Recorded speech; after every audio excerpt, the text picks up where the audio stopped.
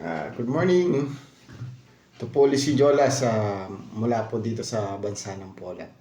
So guys, ano po tayo? Salamat.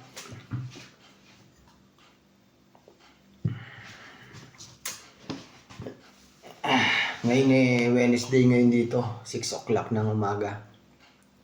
Hindi tayo papasok kasi papacheck up tayo sa hospital dito kasi nung Saturday namula yung mata ko. Akala ko na irritate lang.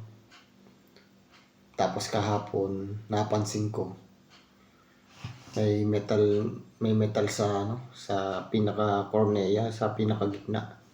So kailangan natin patanggal 'yon. Medyo nagka-cloudy na nga yung paningin ng isang mata ko eh. So I hope sana hindi ma-damage or hindi mag-peklap kasi baka hindi bumalik sa paningin na. So maya tayo pupunta sa ospital.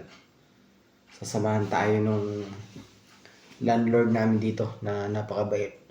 Every time na may kailangan kami sa kanya, lalo sa mga ganitong pagkakataon, yun, sinasamahan niya kami. Kasi isa yun sa mahirap dito sa Poland, yung communication. Pero mabait naman sila. Kaso bibihira, meron. Pero bibihira sa kanila yung marunong mag-English. Pero meron. So ang hirap ng communication kasi sasamahan tayo nung landlord namin. Kagandahan dito, libre dito yung hospitalization. So wala kang babayaran kahit na operation pa yan or kung ano man. So basta't meron ka nung PESEL, kasi doon sa PESEL parang sa Pilipinas ano yan yung SSS. So mga company dito bawat may binabayaran sa sa tax, sa insurance. So pasok 'yun. So libre ang hospitalization kahit na ilang days ka, or tapos yung mga operation, yun. So yun ang kagandahan naman dito.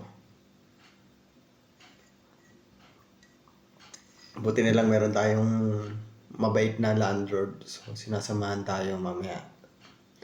Kaya sana maging okay to.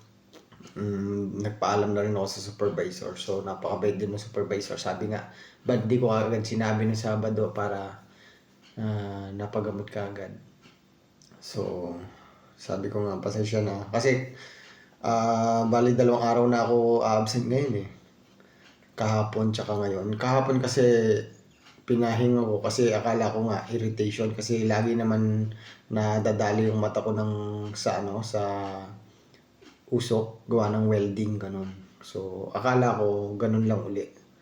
Kaso napansin ko nga nung pahapon na na may metal pala na nakatusok. So kailangan nating ipagamot talaga. Yun lang. So update ko na lang kayo. Yun. Please like and share and comment lang kayo kung ano bang gusto niyo pag-usapan natin dito sa YouTube ko para naman may bahagi ako sa inyo. Keep safe lang and God bless everyone.